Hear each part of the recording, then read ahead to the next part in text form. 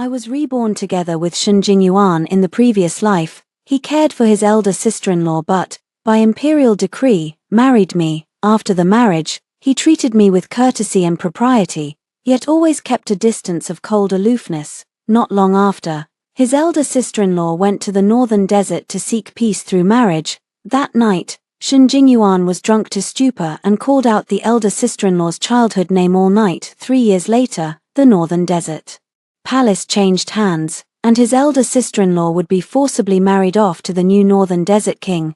Shen Jingyuan offered to lead troops to attack the northern desert and bring his elder sister-in-law back. By then, I was 2 months pregnant. No matter how I cried and begged, Shen Jingyuan still turned his horse around without a backward glance. On the day he brought back his elder sister-in-law, I was in the midst of a difficult delivery, and both mother and child died if given another life. Shen Jingyuan would rush forward to block my path from seeking a betrothal. He spoke earnestly. I have someone I am fond of. Even if the princess marries me, she will never be happy. I watched him try to push off responsibilities and smiled suddenly. He has betrayed me for a lifetime. Why would I think I would still marry him? 01 When I was 10, Shen Jingyuan was brought into the palace to be the prince's companion.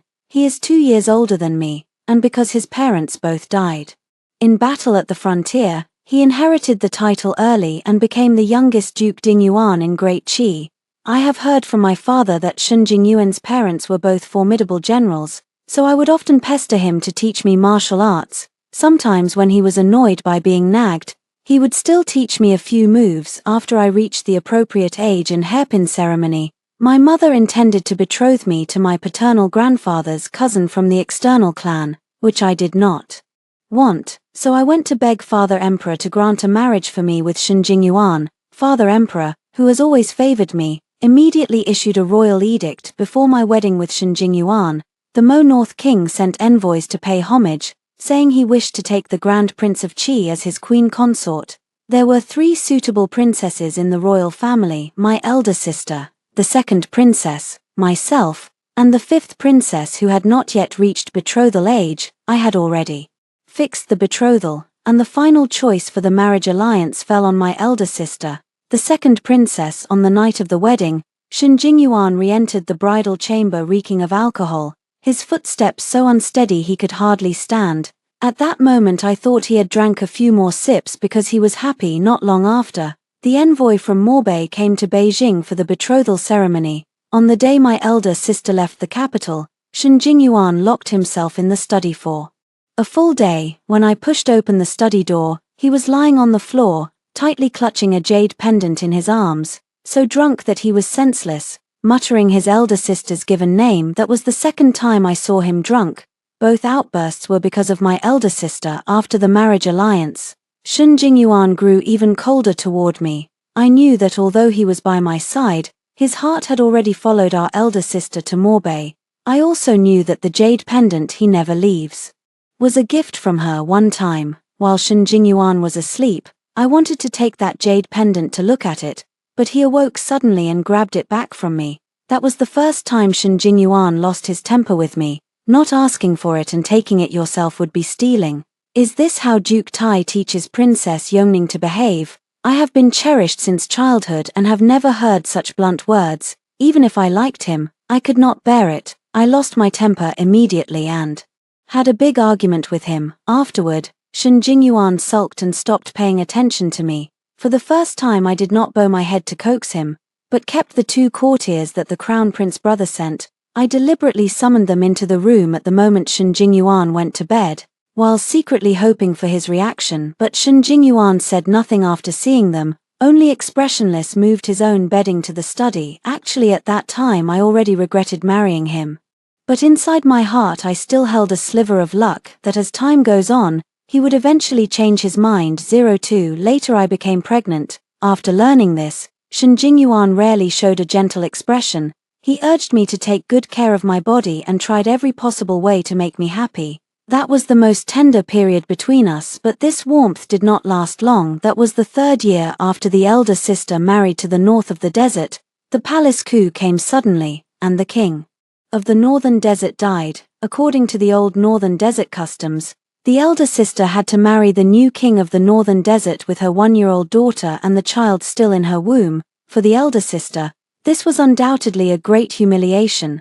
When Shen Jingyuan learned of it, he took the initiative to lead troops to the northern desert to fight and bring the princess back. The father, moved by the loyalty of the Shen family to the entire lineage, had once specially allowed Shen Jingyuan that he would not have to go to battle for the rest of his life. It was midwinter, and the northern desert soldiers were strong and extremely resistant to cold. War at that time was risky and uncertain, but perhaps due to his affection for his daughter, the father still allowed him to go. At that time I was 2 months pregnant, crying and begging Shen Jingyuan not to go. I had never been so humble in my life. In front of tens of thousands of soldiers, I disregarded the princess's dignity and knelt to hold his leg, begging him to stay.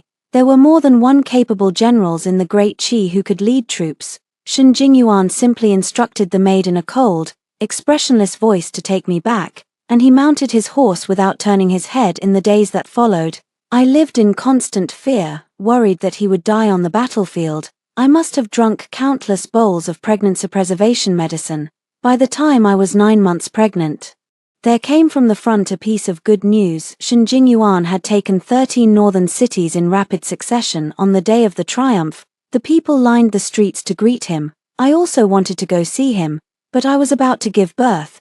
Perhaps due to years of melancholy, I had a difficult labor. Before Shen Jingyuan could lead the army into the city, I died in a pool of blood. Before I closed my eyes, I used all my remaining strength to glance at the child who had just been born and already lost its breath. A single tear slid down the corner of my eye. So tired. If there is a next life, I will never fall for Shen Jingyuan again. 03 When I opened my eyes again, I found myself standing in the palace corridor. This is the road to the Hall of Governing Affairs. All the past events flashed through my mind like a revolving lantern. I paused for a long while before realizing that I had been reborn.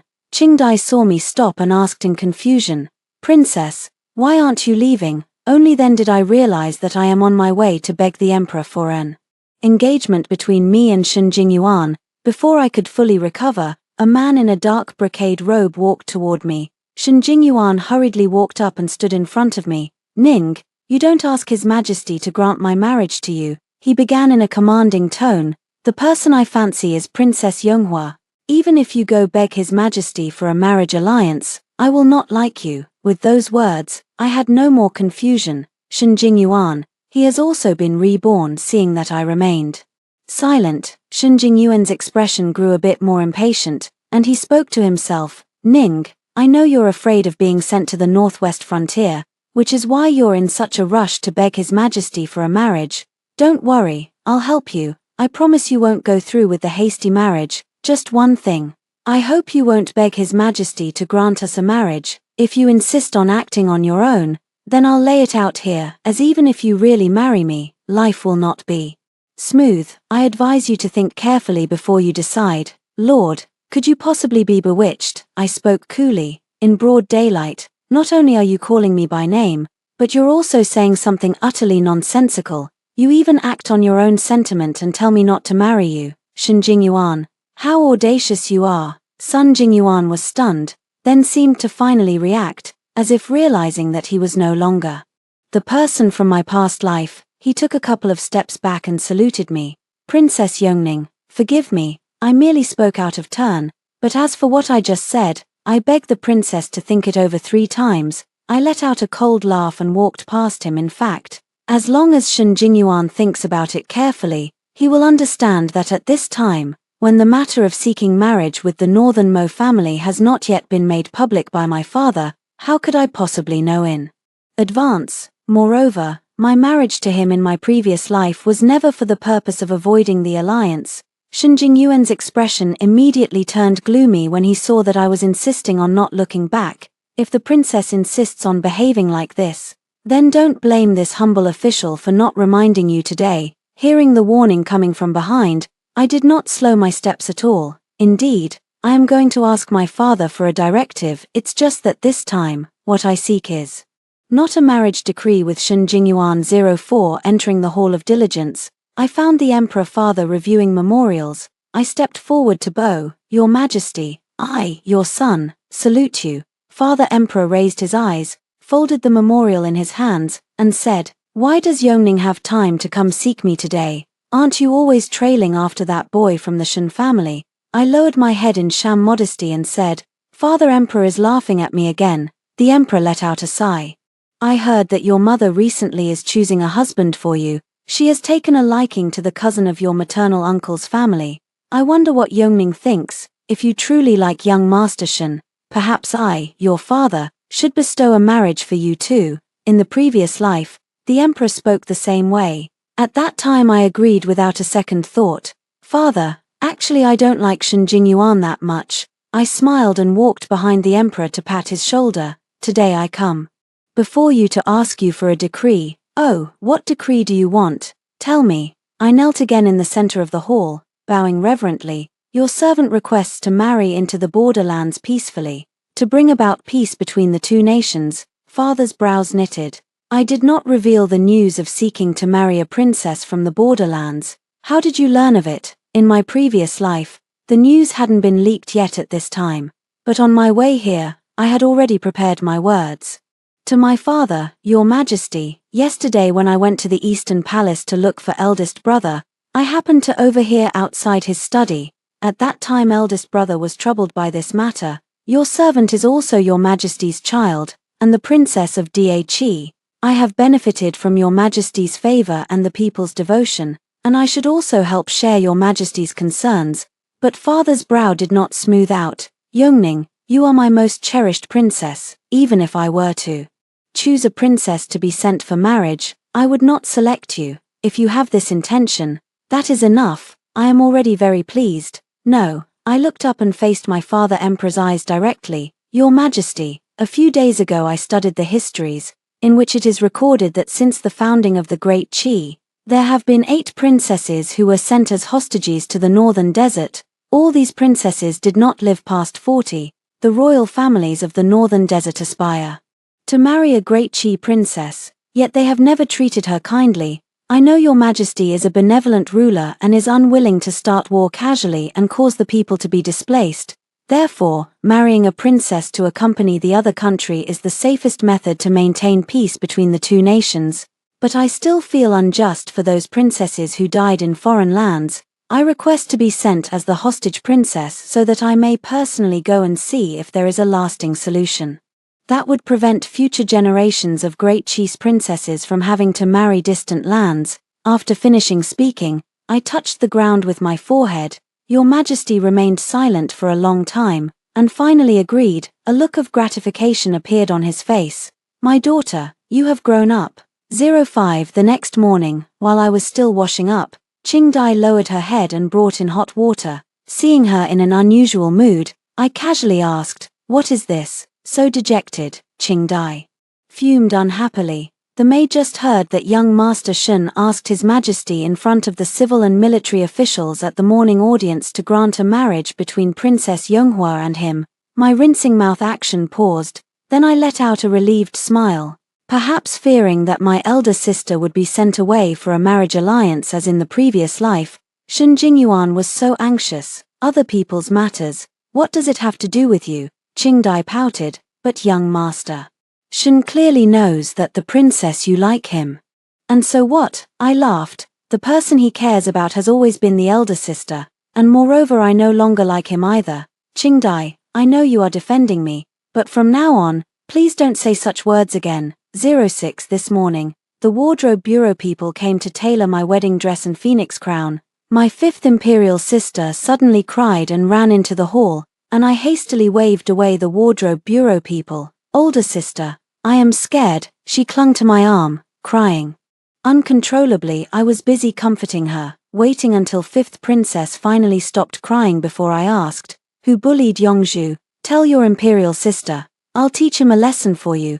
Concubine Shu comes from a modest background, but treats me very well. When I was a child and my mother punished me, I would always hide in Concubine Shu's palace. She would always bring me delicious pastries. Therefore I am especially close to Yongzhu, even at the moment of last breath in the previous life. She left the palace to stay by my side. I've heard people in the palace say that several ministers in this morning's court have jointly advised that I be sent to the north to marry for peace, Yongzhu said, unable to hold back sobs again. I've heard the people of the north are cruel beyond measure, and there are endless ice and snow there. Once you go, you can never come back, your imperial sister. I am really scared. My gaze turned cold, and I gave Qingdai a look. Go investigate what exactly is going on. Your servant will go now. Qingdai hurriedly exited the hall. I had someone bring in the sour plum soup that Yongzhu loves most to calm her down. Soon Qingdai was back. What happened? Have you found out clearly? Back to the princess. The servant asked the palace maids who serve in the Golden Hall. They said Lord Shen Xiaohu led the remonstrance, proposing that Princess Yongzhu marry into a peaceful alliance with the Northern Desert, for a lasting peace between the two nations. I suddenly recalled the day when Shen Jingyuan had sworn to me that he would not let me go to marry for peace. It turns out he had already planned it then. My fists unconsciously clenched. I had never known that Shen Jingyuan was such a despicable person. Yongzhu is not yet 13 this year, yet he already desires to send a princess who has not yet reached her wedding age to be arranged for marriage. If today he spoke of personally leading soldiers to war in the north of the desert, I might still hold him in slightly higher regard, but in a previous life, in order to welcome back his elder sister, he had his arm cut off on the battlefield. This lifelong wish has already been fulfilled in this life, and he certainly does not want to endure hardship on the battlefield again. Glancing up, I saw Yongzhu's reddened eyes and uneasy expression. I thought for a moment and still gave her a calming pill. Don't worry, father won't let you be forced into the marriage. Yongzhu did not understand. I smiled and patted her head, because the imperial marriage edict has long been written, and it states my name on it. 07. Father holds the annual autumn hunt at the royal hunting grounds every year. This year is probably my last autumn hunt in Dhe. Early in the morning, His Highness had someone bring over armor made especially for me. I put it on, adjusted it, and looked at myself in the bronze mirror again and again, sighing. I haven't worn such bright colors in a long time. Qingdai, my mouth. Could the princess have a poor memory? Have you forgotten? Last month for Her Majesty the Empress's birthday, you wore a water-red yun brocade gown. I smiled. Qingdai has no memory of her previous life, so she naturally doesn't know. In my last life, because of Shen Jingyuan's one sentence about liking sky blue, I never wore flamboyant clothes again. Later I understood that sky blue is the color of the clothes his elder sister wore the day they first met before the royal hunt began. The emperor waved his hand grandly and smiled. Today, the one who captures the head of the prey may request a reward from me. The crowd erupted in cheers. I rode into the forest and soon spotted a white fox. I chased after it, and the fox stopped behind a bush. I was about to knock an arrow, but an arrow flew faster than me. I turned unhappily and met Shen Jingyan's gaze.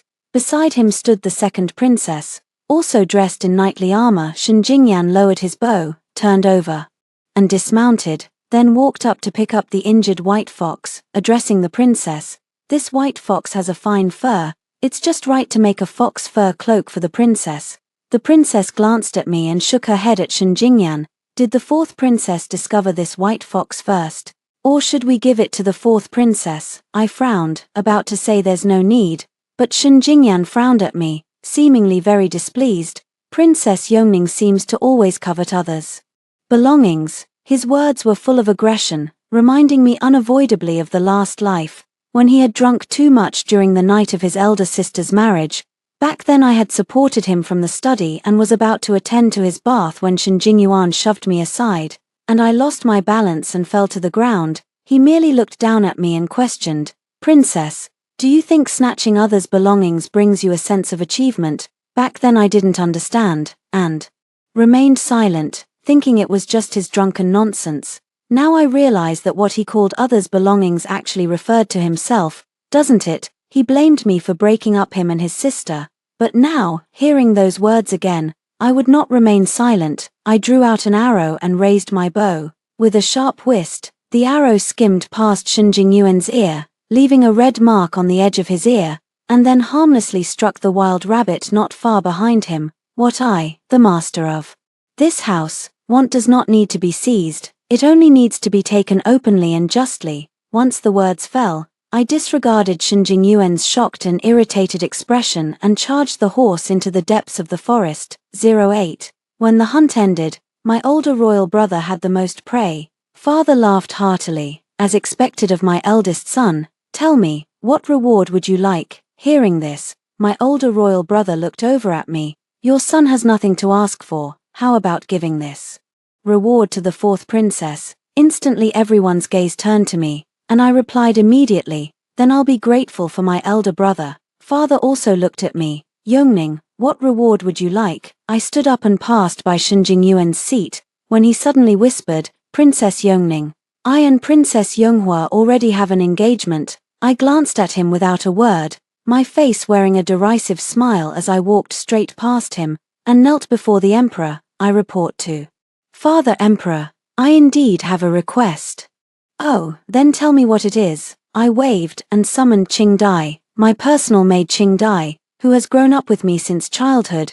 She and the senior court gentleman Jiyu Tingji from the Ministry of Justice are in love. I wish Father Emperor to grant them a betrothal. Jiyu Tingji, the senior court gentleman of the Ministry of Justice, is also a companion to the Crown Prince and my elder brother in the studies. I do not know when Qing Dai first met him, but I know that in my previous life Jiyu Tingji had often sought to marry Qing Dai, yet Qing Dai could not bear to leave me alone in the Marquis mansion, so she repeatedly refused and stayed by my side willingly. Now that I am about to marry out far away and the road ahead is uncertain, I do not want Qing Dai to leave this place with me. Gu Tingji stepped forward at this moment and knelt. Your Majesty, I indeed take joy in Miss Qing Dai. Qing Dai lightly pulled at my sleeve, her face full of anxiety. Princess, was it that I have made a mistake? Why must you marry me off? She does not yet know that I am about to leave the capital, and I have no intention of telling her, only smiling and patting her hand. Can this princess not merely want to bring about a good marriage? My father, seeing this, was very pleased and agreed. Since you two are lovers, I shall, when I return to the palace, grant you both a betrothal.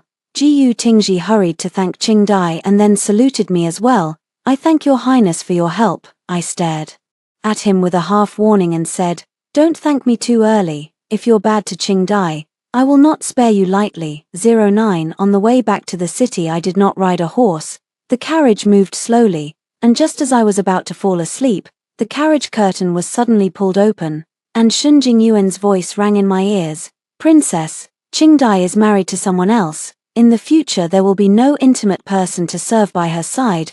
Will there? One sentence instantly woke me up. I looked at him inexplicably. In the past, when we were husband and wife, for 3 years he had never shown me a word of concern. Now that there is no relationship, he comes to ask about me, which is truly perplexing. My affairs do not require Lord Shen to worry about.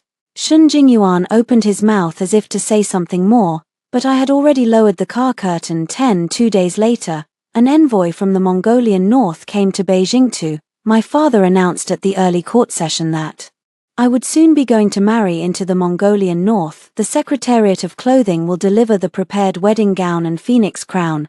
Please, princess, try on the wedding gown. If there are any parts that don't fit, the servants will return to modify them. A dozen or so maids stand in 2 rows in front of me. My gaze sweeps over the trays they hold. I rise and step in front of the bronze mirror, spreading my arms. Dress me in the wedding gown. Before long, the person in the mirror changed appearance, a bright red wedding robe, a phoenix crown atop the head, so magnificent it defied comparison. There's no need to change it, the wedding finery fits perfectly. In that case, I, your servant, shall take my leave.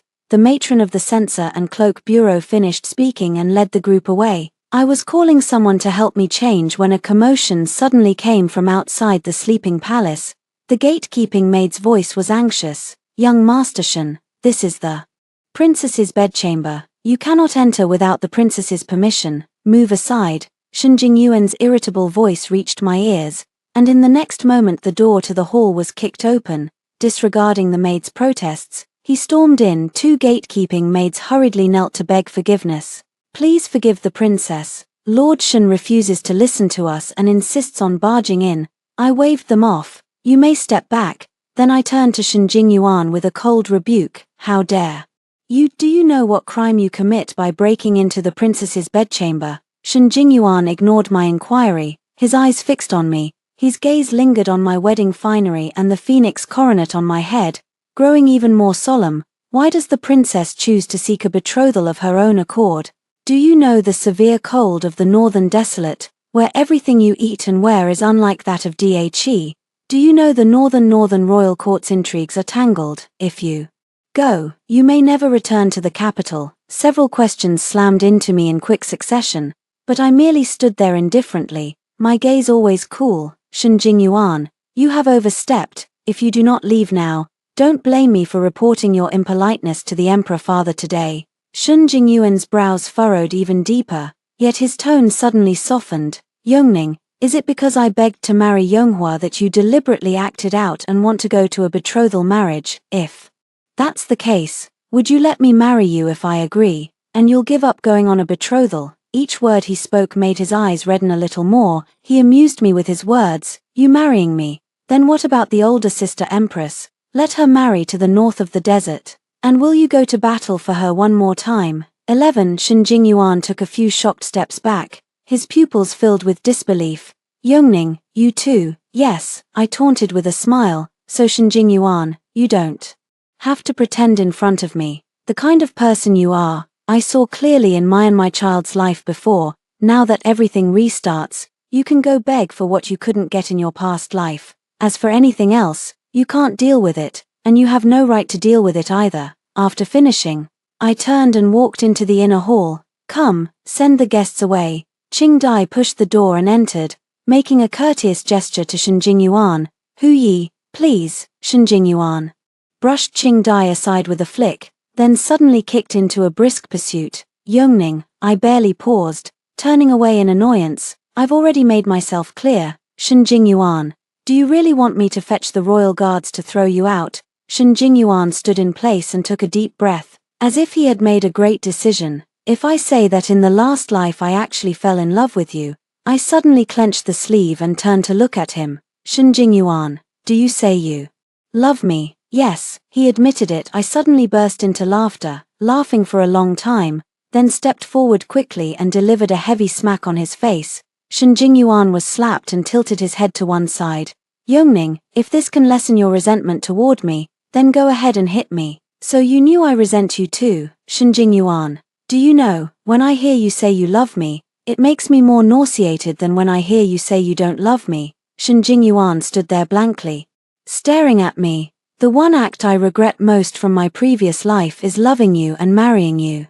I gave you the opportunity to hurt me with my own hands. Shen Jingyuan, what makes you think that a sorry wretch like you, who has corrupted a true heart, deserves to be loved for 2 lifetimes? 12. 2 days later, my carriage left the city with the wedding procession from the northern deserts. I lifted my veil and looked outward through the wind-blown curtain. The streets were lined with people. This is the place I have lived for 16 years. Now I am about to go to a foreign land. If all goes well, I might have the chance to return someday, but if things go poorly, this would be my last sight of the capital. A clamor rose from behind the team. The clop of hooves grew louder and nearer, and finally halted very close. The carriage was blocked, the curtain lifted, and the crown prince stood atop a fine horse. Yongning, if you regret now, I will spare no effort to keep you in the capital.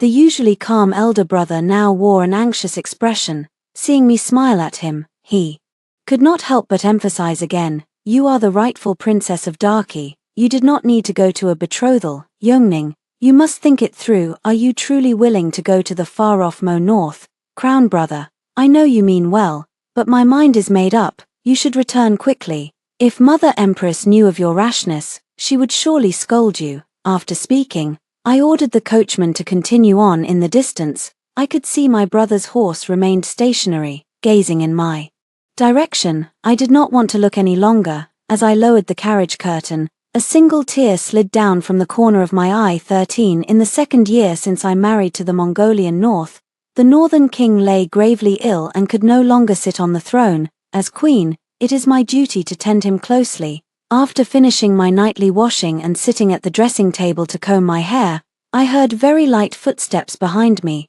and then a pair of strong arms circled around me from behind. I fell into a solid chest, the combing motion paused, and through the copper mirror before me, I saw Ashanyo leaning down at my neck, their palm with thin calluses slowly sliding up from my waist. I nearly cried out in shock, quickly turning to push away the person behind me and lowering my voice. "Are you crazy? This is the royal palace." As I spoke, I looked at the inner hall with some worry. Fortunately, the king of Mobay had not been awakened. Ashina Yaro, seeing me so cautious, scoffed with disdain. "What are you afraid of? He won't wake up anyway." I knit my brows. "Did you increase his dosage again?" Ashina Yaro didn't say anything, which counted as default. "You are really crazy. If anyone notices, don't drag me into it. Relax." After saying that, Ashana Yaro suddenly lifted me in a horizontal position and carried me toward the ear chamber. I was a bit dissatisfied. "I am your mother. Here is the royal hall. You should show some deference. Is that so?" Ashana Yao glanced at me, then said, "It won't be for long." He kicked open the door to the ear chamber, and the surrounding attendants had already been dismissed. I was placed into the central hot spring pool, and the swirling mist hid everything in the room. 14. I came to the northern desert not with the intention of becoming a scapegoat. I also know very well that the northern desert king's desire to marry the great Chi princess is merely a pretext. Northern desert has long wished to declare war on great Chi, but has been hard-pressed to find a suitable excuse. Perhaps the northern desert king did not expect that great Chi would actually agree to his rude demand. After all, the previous great Chi princess who married into the northern desert lived for less than 10 years. The current northern monarch is already in his 60s. It sounds ridiculous, but his biological mother was also a princess of Chi, yet he despises Central Plains women to the extreme. On the night of his wedding, he subjected me to all kinds of humiliations, making me kneel by the bed for the whole night. Seeing my stoic expression, he sneered, "Central Plains women have always been lowly." I did not refute him. I simply acted more carefully in the days to come. After 2 months of observation, I finally set my sights on Ashina Yaro, the 5th son of the northern Morduan, Baymore, king. From my understanding in these days, he was the most valued son by the northern Morduan king, yet also the most feared by him. Precisely because Ashina Yaro's birth mother was of humble origins but deeply favored by the northern Morduan king, and, after provoking jealousy from the previous queen, was rewarded to a minister of the north. The northern Morduan king did not intervene, and eventually Ashina Yaro's birth mother could no longer endure the humiliation and committed suicide by drowning. It is said that the previous queen was assassinated on the surface, but in fact the masked assassin was Ashina Yaro, and such a person is precisely the target I want to find. Half a year ago at the grassland horse race, Ashina Yaobi defeated many grassland warriors.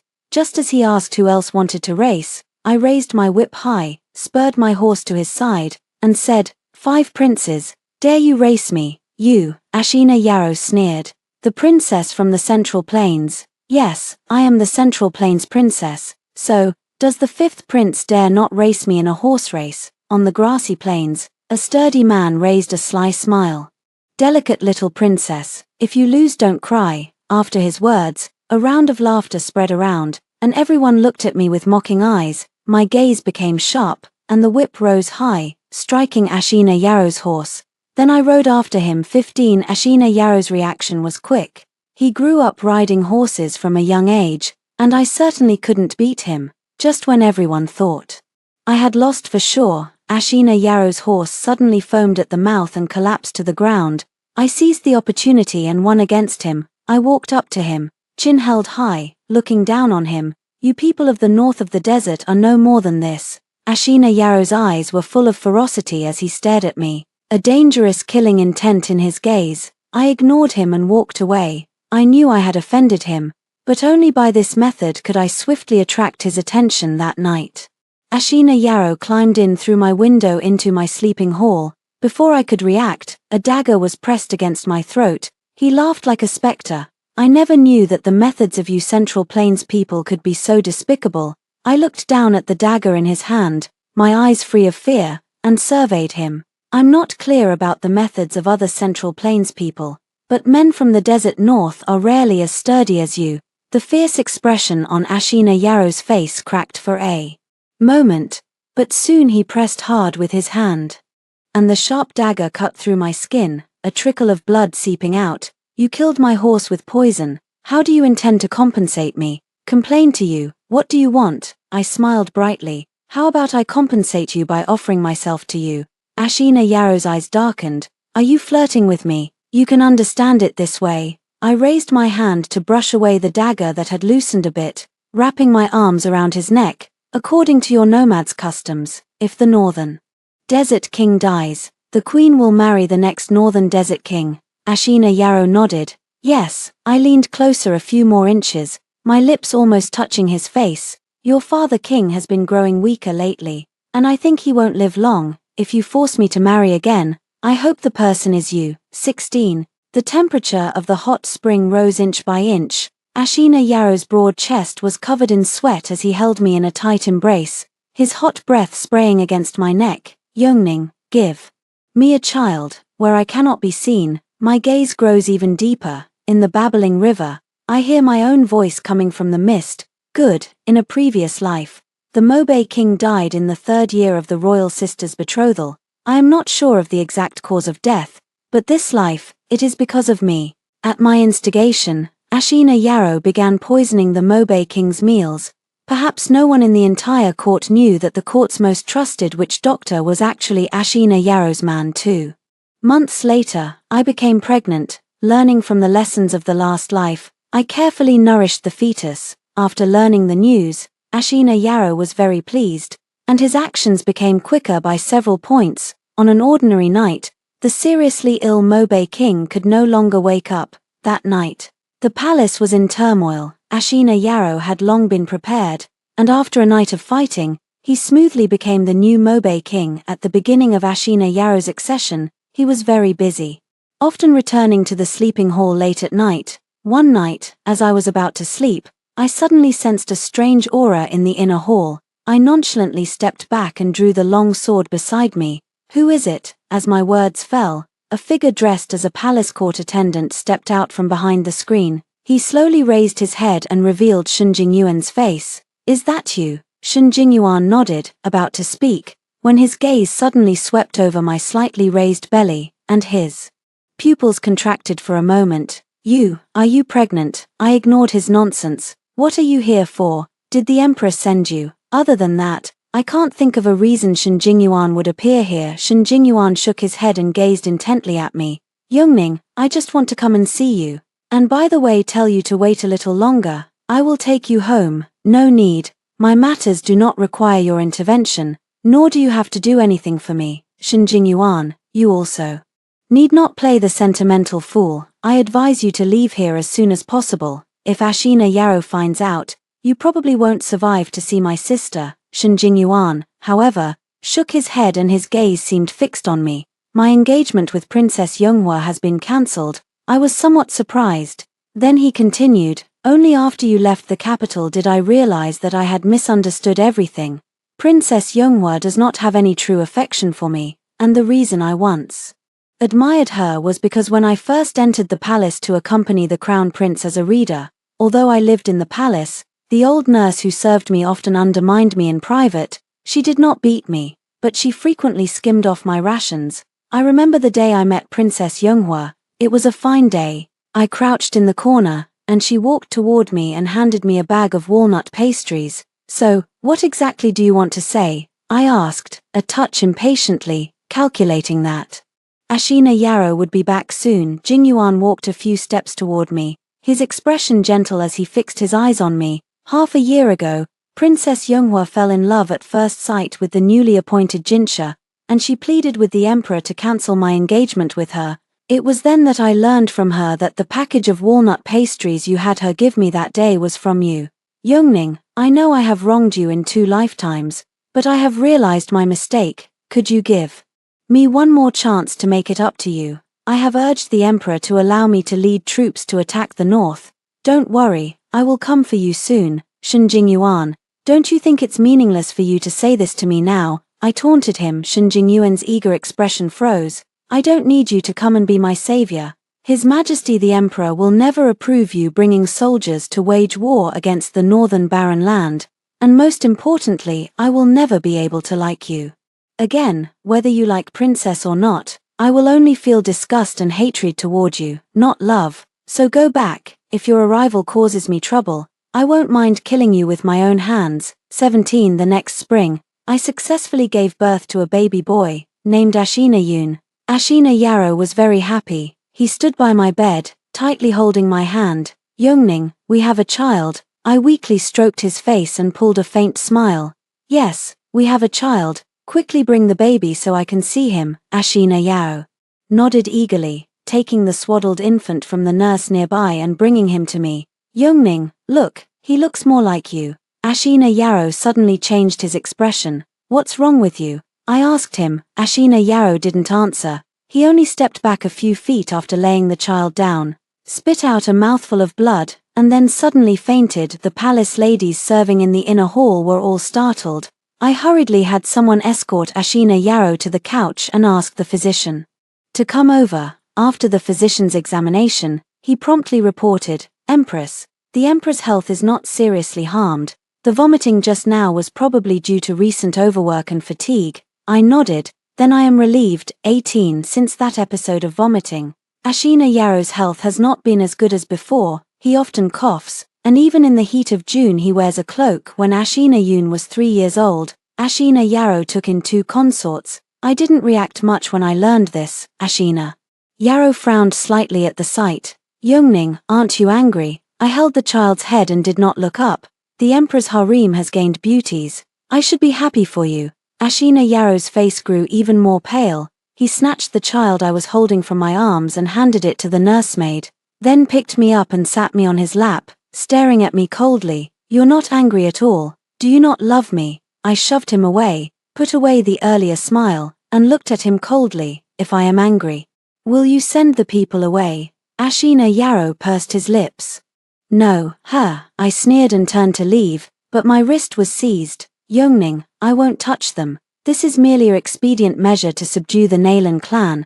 I hooked my lips and sat back down on his leg. Really? Asnea laughed. When have I ever lied to you? He coughed a few more times as he spoke. I picked up the warm water on the tray and fed it to him. Do you want me to invite the shaman to take a look? No need, old ailment. After he spoke, he drank the water in one gulp. I wiped the water stains from the corner of his mouth, lowered my gaze, and hid the complexity in my eyes. 19 Spring passes and winter comes.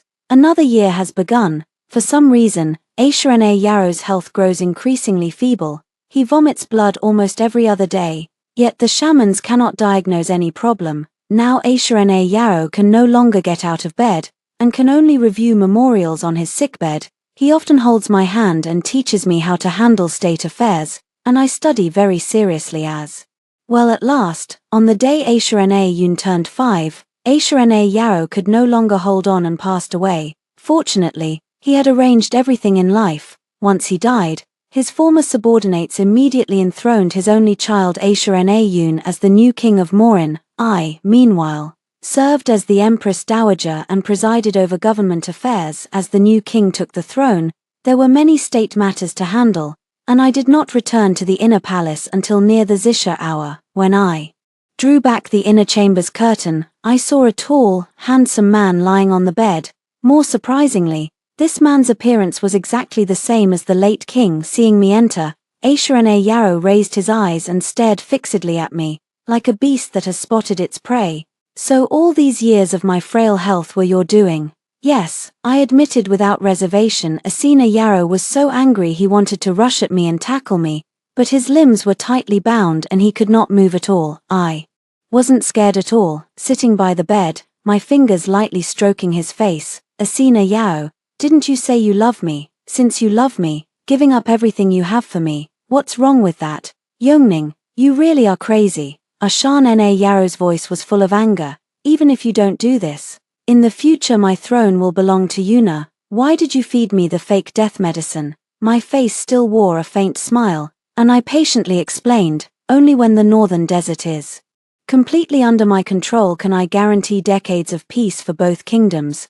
As, originally I truly wanted to kill you, Ashina Yarrow, but what to do, it seems I have fallen in love with you, so I can't bear to let you die. Of course, if you want, you can go out now and tell the world that you are still alive. Then I will be executed, because I am the murderer who plotted to kill the Northern Desert King." Saying this, I unbound the ropes binding his hands and feet. "All right, you can go out."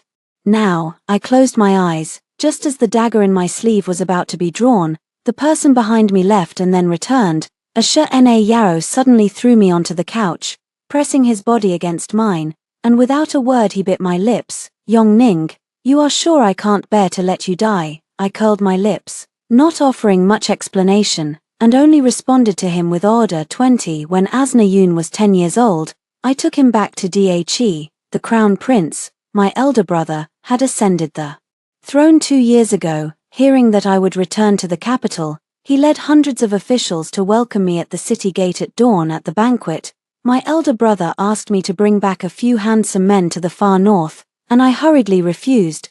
But when I returned to the sleeping palace at night, Shna Yarrow still sulked and taunted me for a long while, and I spent most of the night coaxing him. After staying in the capital for a little over half a month, I set off toward the north. Just as I was about to leave the city, Shen Jingyuan rode up on his horse to chase after me.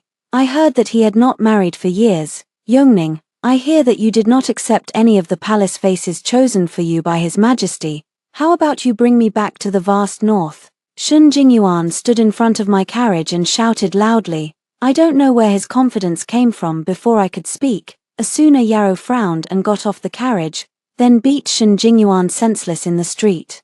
In the end, the person was carried directly to the medical clinic. Feeling heartache, seeing that I hadn't spoken for a while, Asuna Yarrow asked in dissatisfaction. I smiled, leaning into his arms. "Yes, I'm heartbroken you didn't get hurt, the end. That's the end of the first story for now. Don't go away, the next stories will be even more wonderful." On the day Princess Yongchang's 88th birthday. Wait, original says, Princess Yongchang, 8th. Let's translate.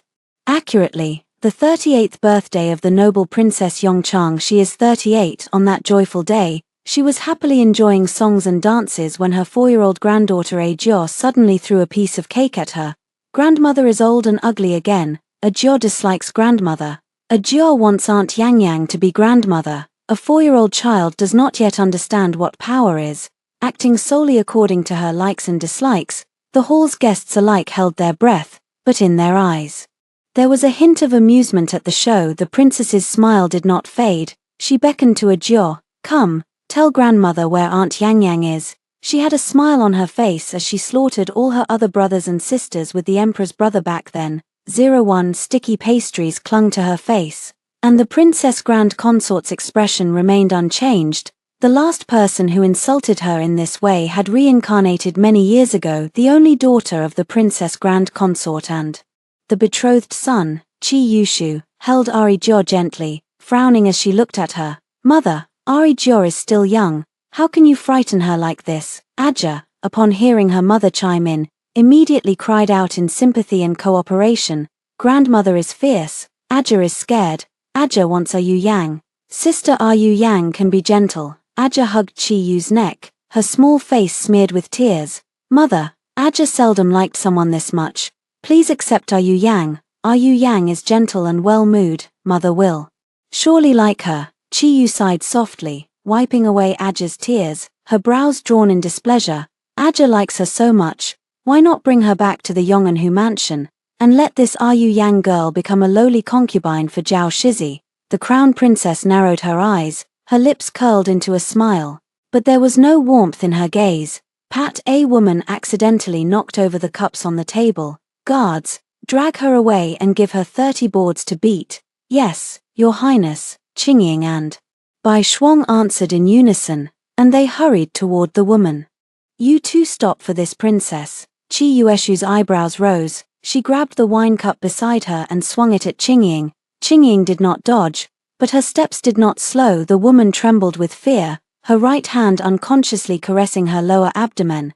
The princess dowager shot Chi Yushu a sidelong glance, a cold glint flashing in her eyes. The daughter she raised cannot become a blade that stabs her. In the past she could kill brothers and brothers-in-law, kill the men she loved, and Now, when necessary, she could kill them as well. Aka was startled by the long princess's gaze, and rushed into Chi Yueshu's arms, crying loudly, "Grandmother is too cruel, Ajio wants Yu Yang Ai." As she cried, she looked toward the end of the banquet, seeing Qingying pulling that woman up, and she charged forward like an enraged young beast. "You two lowly maids, let go of Yu Yang Ai."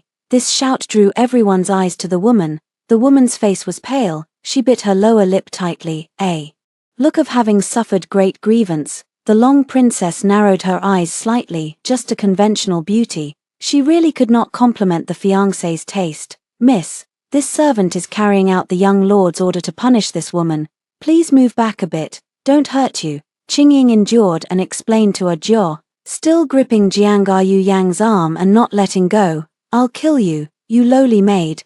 Grandfather said you helped the treacherous and the tyrannical. You should have been beaten to death long ago." Ajio swung her small fists, pounding into Qingying's abdomen. "Mother, today is your grand birthday, why not add more happiness, and take Niruyan as your concubine for father?" Chi Yueshu looked at Ajiu with distress, frowning as she gazed at the princess dowager. "Oh, you think making her a concubine is a joyful matter?" The princess dowager lounged lazily in her chair, her tone light as wind and clouds. 02 Chi Yueshu stared straight at her, but could not tell whether she was happy or angry. "Mother, I think letting Yu Yang be a concubine is really too demeaning to her. Yu Yang may have a humble status, but her conduct is noble. I think Yu Yang could be a noble concubine." The eldest princess smiled and flicked her fingers, signaling Ajio to come over. Ajio pouted and stood beside Jiang Yu Yang, unwilling to move an inch. "Grandmother is mean, to have Yu Yang auntie become a concubine.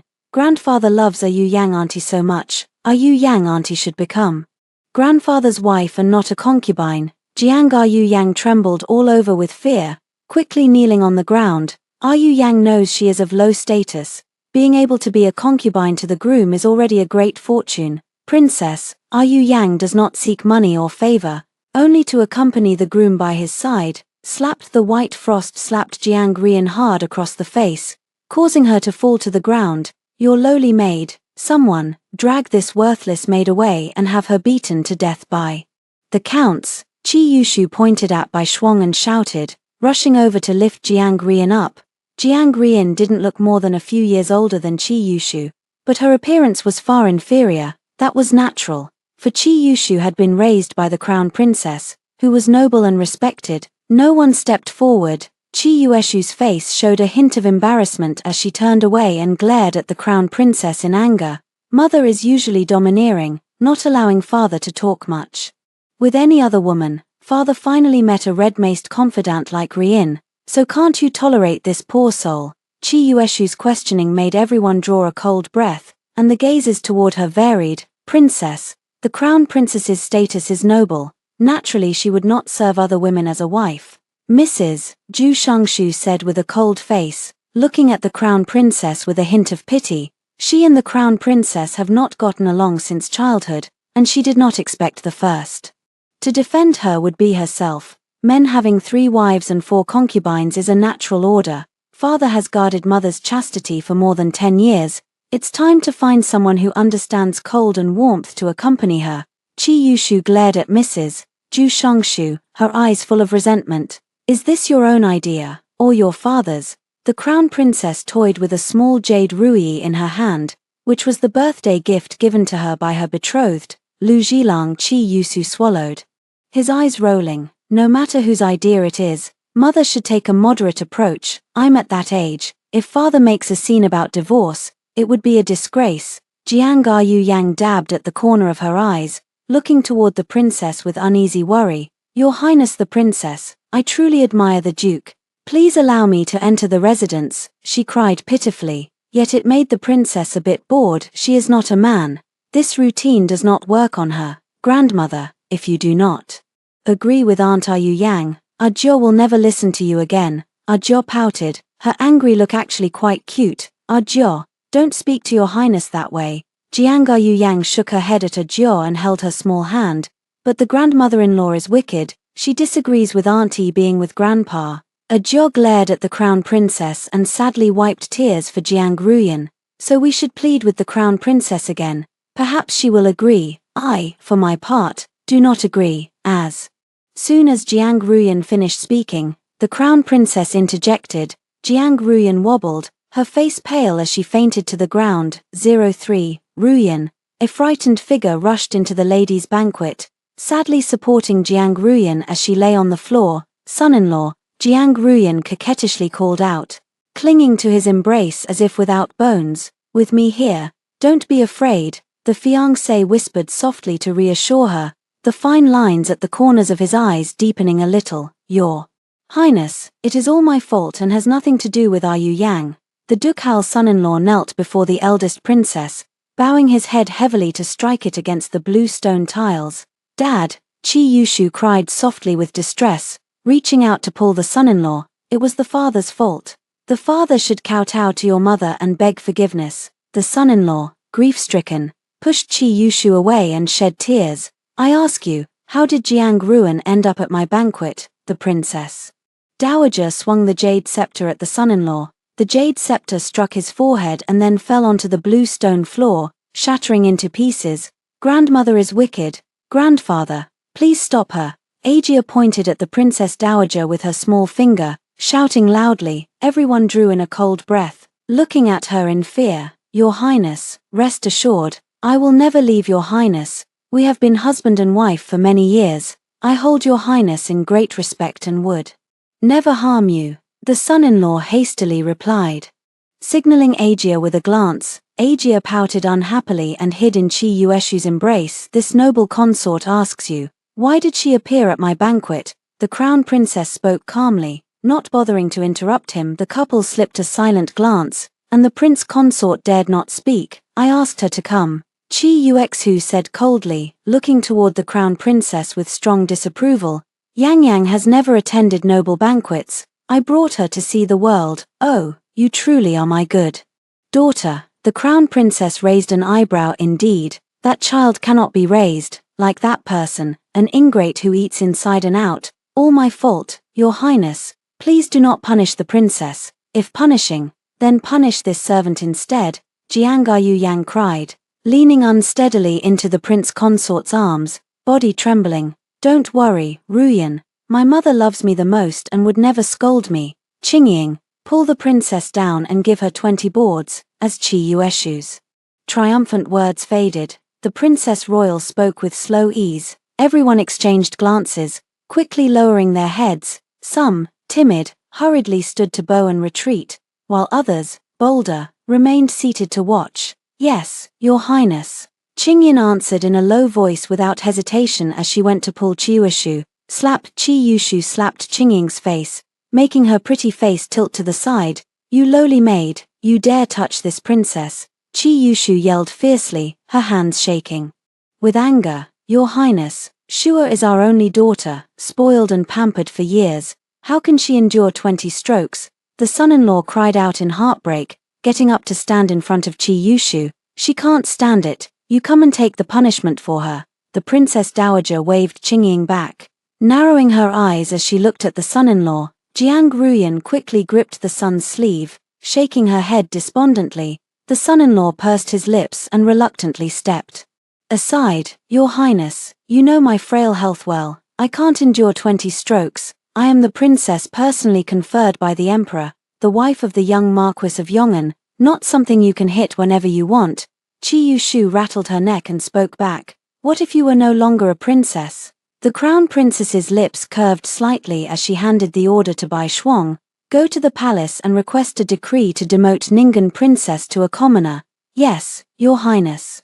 Bai Shuang respectfully took the order and left briskly. 04 The remaining ladies could not help but exclaim in surprise, and looked sympathetically toward Qi Yushu. Once the crown princess's prized jewel and the darling of heaven, now she is destined to become a commoner. You're not to go. Qi Yueshu's face twisted with anger as she pointed at Bai Liang. Bai Liang glanced at her and quickened his pace to leave. Mother, are you crazy? Qi Yushu charged toward the princess dowager without any noble demeanor. Wei Cheng's expression cooled slightly as he prepared to block her. But the Princess Dowager smiled and raised a hand to gesture him to step back. Mother, smack this slap means you have forgotten your place in this palace. Smack this slap means you dared move Qingying. Smack this slap means you're a traitor eating inside and out. After 3 slaps, Qi Yushu stood unsteady and collapsed to the ground. Mother, mother, a Jiao cried, running over with a small fist raised to pound the Long Princess's belly. Bang! A Jiao's small body toppled to the ground, her fair face smeared with dust. The cry stopped abruptly, and she fainted. The Long Princess retracted her right leg, straightened her robe, and sat down. Someone dressed from head to toe in the Long Princess Mansion's goods did not deserve to point and gesture at this palace. Ah Jiao, Qi Yushu cried heart-wrenchedly, kneeling down to pick up a Jiao despite her red and swollen cheeks. Is Your Highness the Long Princess really this cruel? A Jiao is her own maternal granddaughter. Jiang Yu Yang snuggled in the Hong's arms, biting her lip and speaking. She wouldn't think that hitting their mother and daughter would stop the 2 dogs. Naive, Your Highness. Your methods are too cruel. If Agia were to come to harm, the forever peaceful Marquis mansion would not rest easily. The little Marquis shivered, swallowing nervously.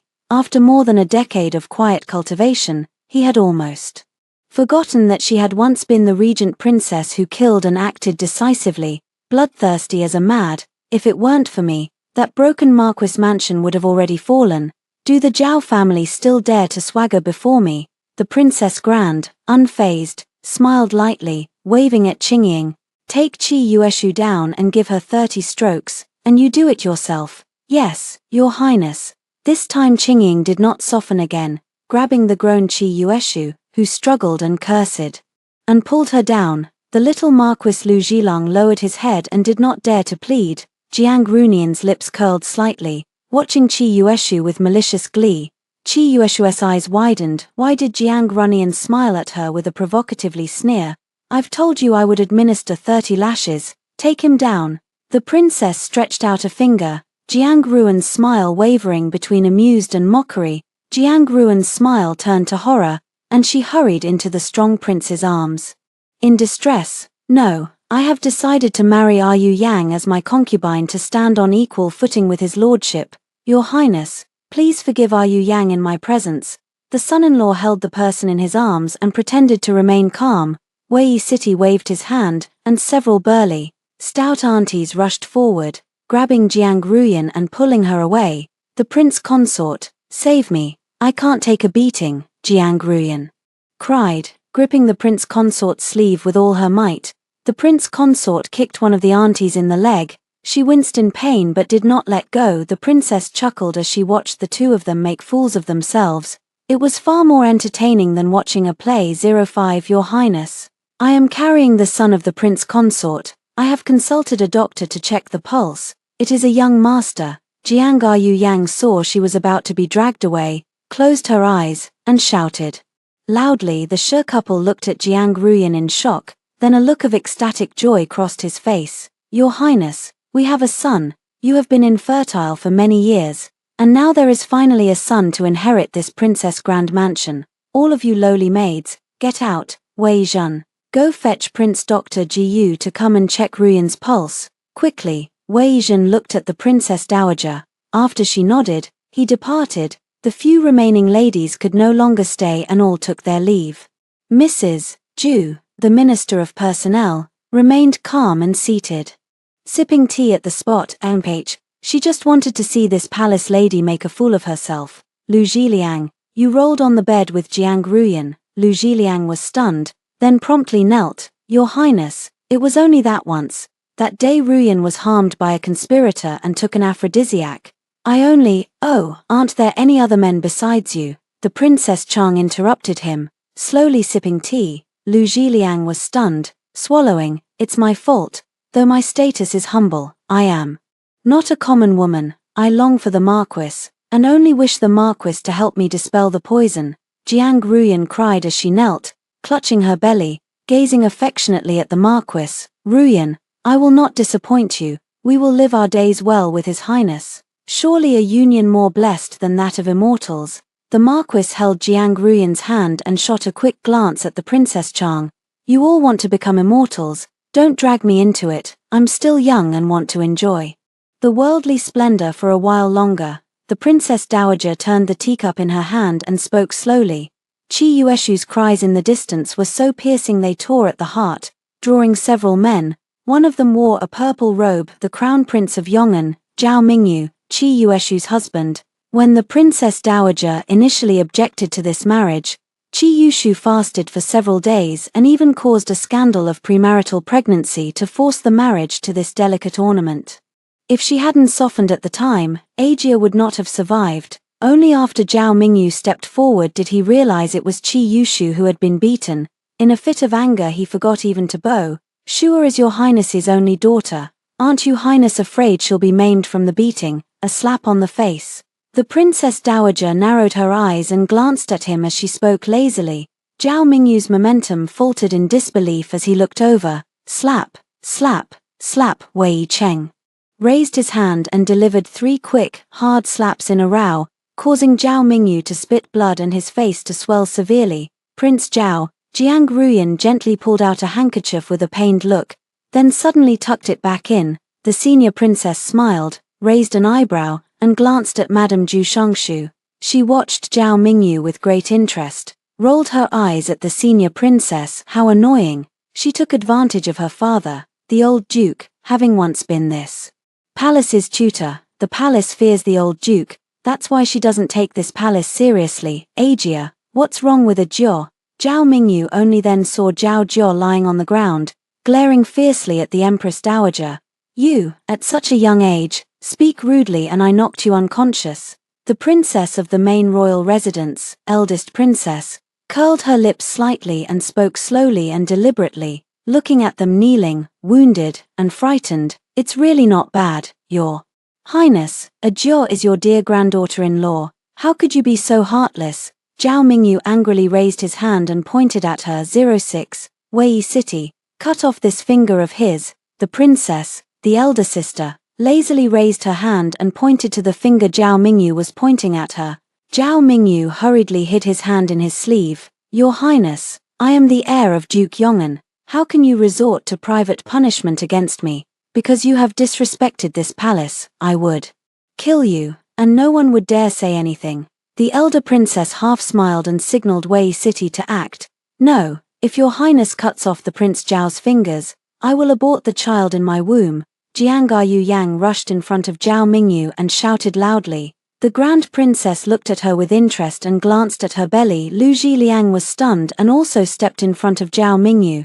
"Your highness, Mingyu is Aegir's father. If you do this, Shua and Aegir will not forgive you." "Mother, are you forcing me to cut off our ties?" Chi Yushu gritted her teeth, enduring the pain in her back as she walked over and roared at her. "Your Highness, for our Yu Yang, let the child in her belly stop fighting and killing. This is our son, the future heir to the Princess Dowager's residence." The bridegroom hugged Jiang Yu Yang with pride. Chi Yueyu could not believe her eyes as she looked at Jiang Ruyan, her gaze lingering on her belly for a moment. "How is that possible? All of mother's things belong to me and Aegir. I will never leave them to your child." Zhao Mingyu slapped Chi Yueyu across the face, knocking her to the ground. "The child in Ruyan's belly is your own younger brother. He is the heir to the Princess Dowager's residence. How can you, a daughter who married out, covet your maternal family's wealth?" Chi Yueyu could not believe it and covered her face, glaring viciously at Zhao Mingyu. "Did you hit me for Jiang Ruyan? What is your relationship with her?" I can't stand you bullies who pick on Ruyan, a weak woman, so I spoke up bravely." Zhao Mingyu averted his gaze. Feeling guilty, the eldest princess sent a signal to Wei City. Wei City quickly moved in front of Zhao Mingyu and grasped his wrist. "Young Master Zhao, do not struggle, my eyesight is poor, and if I cut off the wrong finger, the young master will have to suffer." As he spoke, Wei City grabbed Zhao Mingyu's right index finger. "Get lost, I, the prince, will complain to the emperor and have you punished." Zhao Mingyu cried out, struggling, with a terrified look in his eyes. The crown princess gave a sarcastic smile. This was to scare him and let him see clearly the relationships among these four. The prince consort felt a twinge of pity but did not dare to plead. Chi Yushu was riling Zhao Mingyu, gnashing her teeth as she glared with no intention of pleading. On the other hand, Jiang Ruyan's face showed genuine worry and anxiety. Your Highness, everything is my fault, I will go to die. Now, Your Highness, spare Prince Zhao, Jiang Ruyan said as she pushed away the dagger from Wei Cheng. Rushing forward, Wei Cheng's lips curved slightly. He just happened to have dealt with this deceitful woman for the elder princess.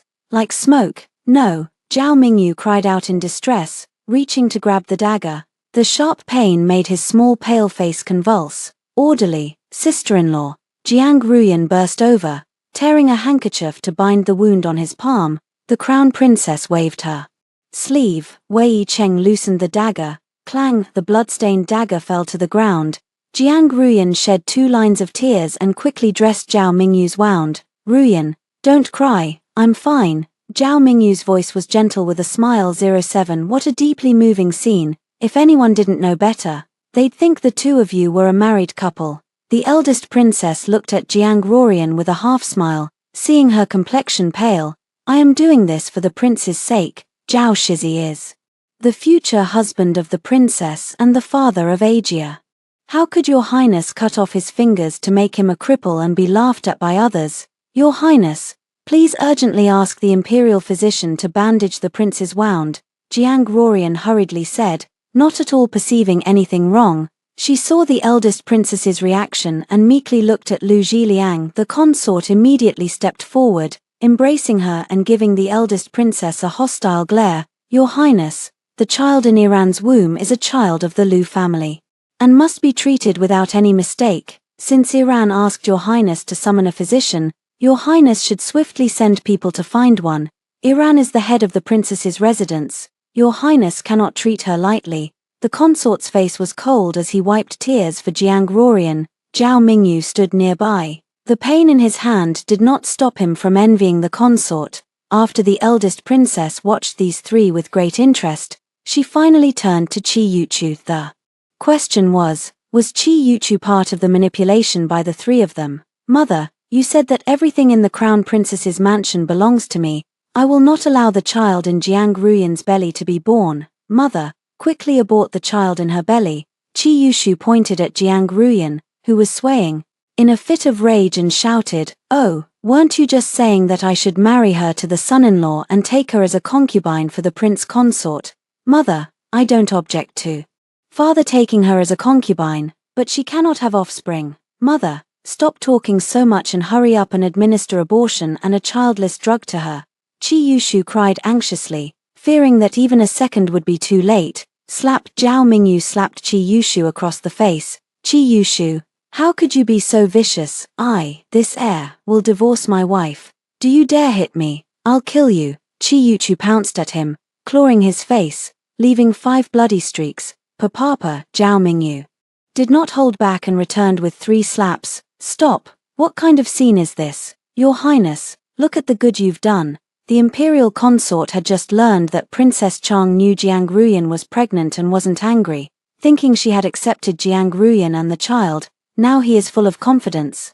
So noisy, Wei City, slap him. The Princess Chang lazily raised a hand and pointed at the consort's mouth with a smile.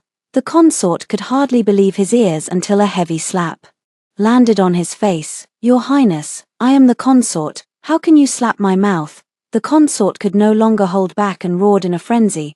Jiang Ruyan's eyes were filled with Zhao Mingyu. She softly wiped the blood from his face with a look of concern.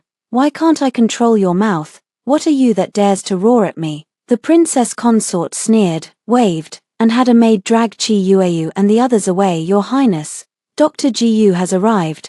Wei Zhen glanced at the scene before him with a blank expression and said, check her pulse. The princess consort pointed, and Jiang Ruyan, with a thoughtful look, touched the jade ring on her finger. 08. Jiang Ruyan lowered her head shyly, extending her arm. Your Highness, this woman has been pregnant for more than 2 months. The imperial physician Jiyu stood respectfully to the side. A quack, my dear Kuanyang and I, it has only been a little over a month. How could it be 2 months? Your Highness, even if you no longer favor your concubine, you should not bribe the physician to tarnish my innocence. Jiang Ruyan cried and threw herself into the Mongol prince consort's arms.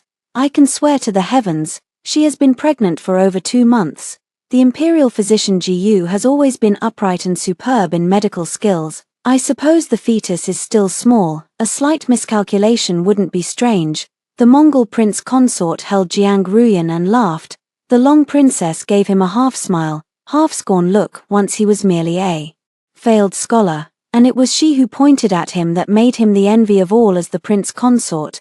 For many years she did not allow him to enter the bedchamber, and he behaved with utmost courtesy in public while secretly consorted with Jiang Ruyan. She blamed herself for being busy in recent months helping the emperor purge the dark lines left by the deposed crown prince, unaware that the Mongol prince consort had grown unfaithful. Emperor consort is right. Imperial Doctor Gu, take pulses.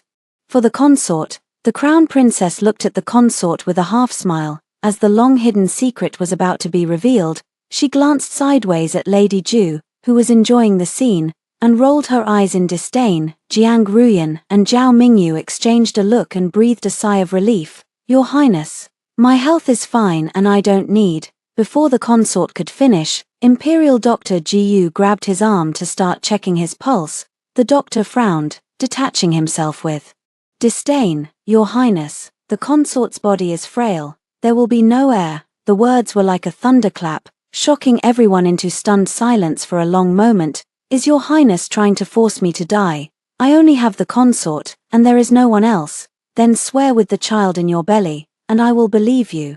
The Princess Dowager smiled softly and looked at her, speaking slowly. Jiang Ruyan, like a chicken whose throat is being squeezed, shut her mouth at once. You old brute, you must be unskilled in medicine and deceiving us. The prince consort pointed at Emperor Tu Doctor and cursed, raising his hand as if to strike. What I say is true. If the prince consort does not believe it, he may consult another imperial physician to diagnose his pulse. Dr.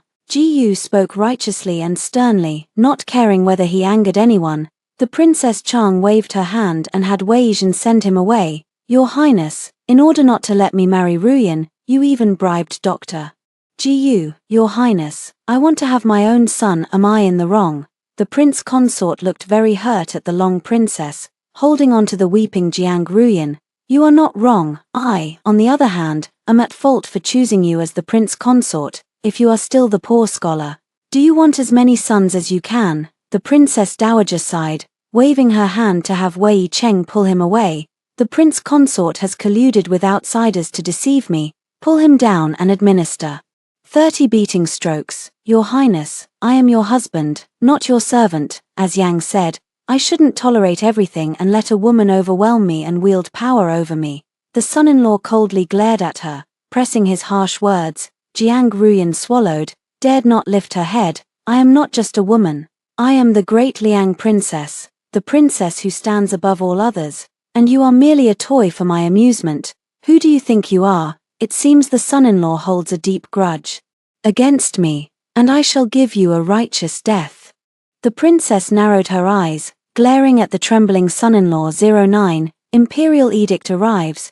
By the mandate of heaven, Princess Ningen is filial and loyal to the court no more. I am furious. I hereby revoke her princess title and reclaim all rewards. Eunuch Qin thrust the edict into the pale-faced Qi Yueju's chest, then saluted the princess with due reverence before departing. Qi Yueshu's face turned pale, and she could barely stand, looking at the eldest princess in disbelief. Mother, how can you be so ruthless? I am your only daughter. When you helped outsiders pressure this palace just now, did you forget that you are this palace's only daughter? The eldest princess glanced at Jiang Ruyan, whose face carried a trace of secret joy, and the corner of her mouth curved slightly. How could it be called pressure then? It's just a concubine. Could you not tolerate her simply because she is one? Are you so magnanimous? 2 months ago, when Prince Zhao wanted to take a concubine, why did you go to pieces and resist to the death? How could it be the same?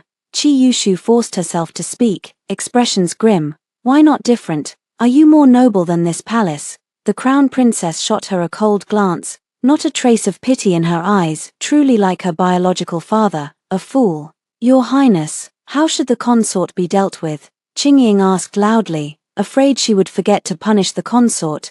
You lowly maid, I am the consort, the princess's husband. And you still have the right to speak. In my eyes, You are far from comparable to Qingying, your highness. My belly hurts. Jiang Ruyan, catching Zhao Mingyu's hint, hurriedly cupped her belly and spoke. I'll help you to Songlin Pavilion to wait for the imperial physician. Our son will be fine. Qingying and Bai Shuang immediately block the two of them. Songlin Pavilion is the highness's courtyard. Not everyone can enter. You two worthless maidservants, get out. If Yang's belly housed the Crown Prince's only son, the Crown Prince would naturally allow her to move into Songlin Pavilion. The consort's husband angrily spit and pointed at Qingyin, cursing, my only son, Lu Zhilang, you really think I have accepted your wretched offspring, Jiangru Huan?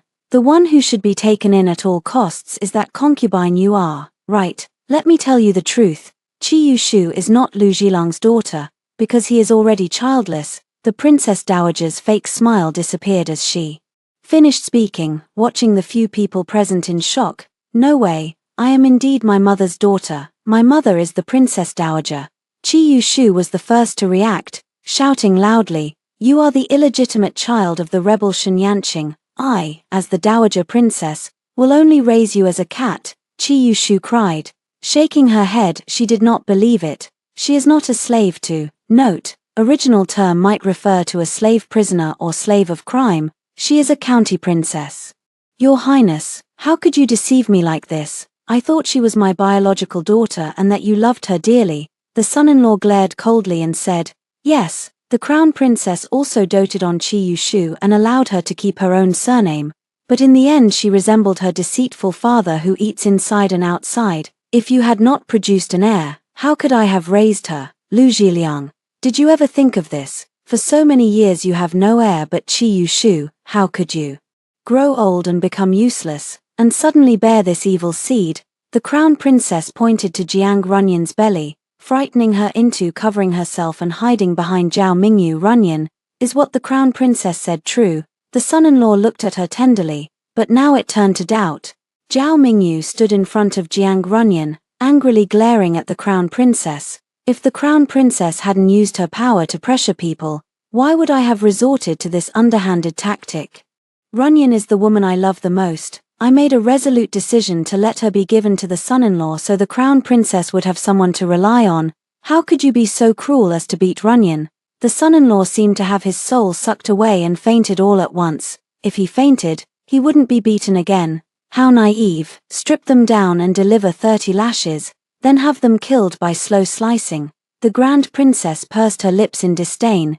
Yes, your highness. Wei Cheng's lips curled slightly as he dragged the groom away. 10. As for you, the grand princess stroked her chin and looked at the three who were trembling in fear. Zhao Mingyu schemes to strip my family's property and reduce us to commoners. The Yong'an house is to be confiscated and exiled to the south. Jiang Ruyan is to be beaten with 50 blows and tossed into the camp as a prostitute.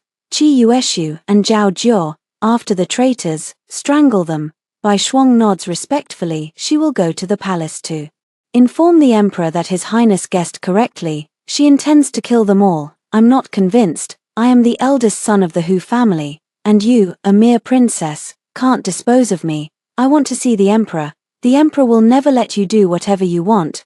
Zhao Mingyu forced himself to shout, trying to stay calm, his legs trembling with fear. Your highness, this child offers you to spare us. I was wrong and will never dare to provoke the prince consort again. Jiang Ruyan knelt and cried heart-wrenched, no longer pretending to be a gentle, fragile little white flower. I'm not incapable of giving birth. Why do you want your wild child?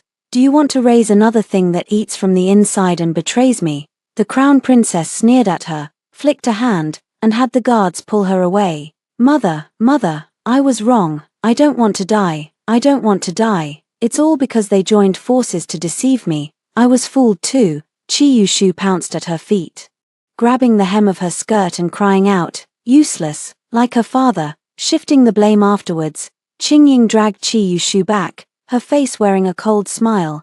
Zhao Mingyu stood there in a daze, not knowing what to do. Eyesores, pull her down and give her 50 big strokes.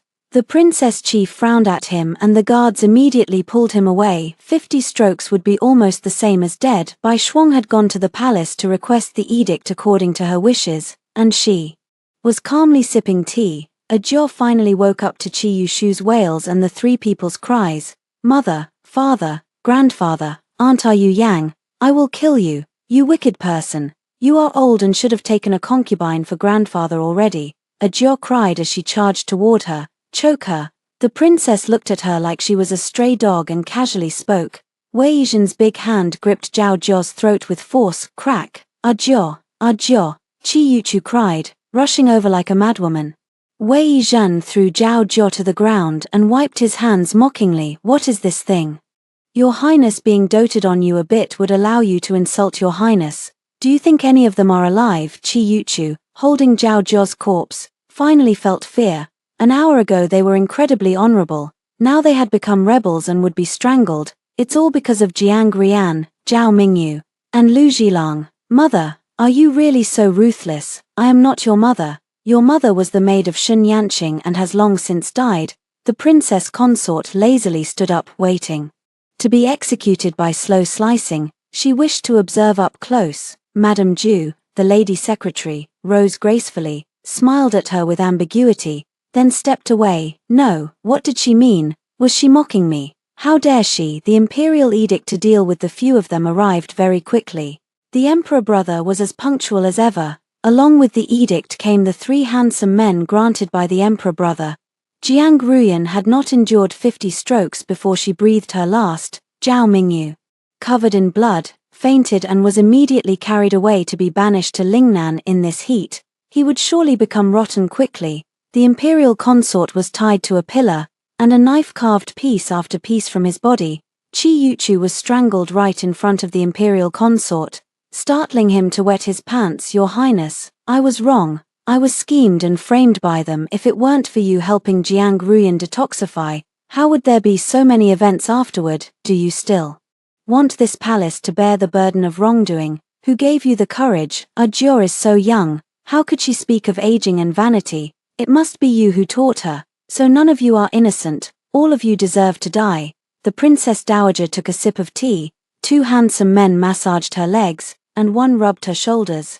Qingying stuffed the stinky rag into the imperial consort's mouth to prevent him from making a racket. Epilogue. That night, the princess dowager felt a bit troubled and disturbed. A man in a white robe pushed the door open. She froze for a moment. This wasn't the youngest brother of Lady Secretary Ju's husband, the investigating clown from years past. Your Highness, I shall attend to your rest. Your legitimate elder sister asked you to come. She glanced at him with a disdainful eye roll. Years ago she had considered taking him as a son-in-law. Lady Ju, the wife of Secretary Ju, mocked her lust. Oh, and she also bragged that she had grown her younger brother 9 years older, nearly able to be his mother. At that time the two had started fighting, and it was the old Duke who pulled them apart. Yes and no, his face was as handsome as a carved jade, tall and well kept, and most importantly, he was not married, not even sharing a room.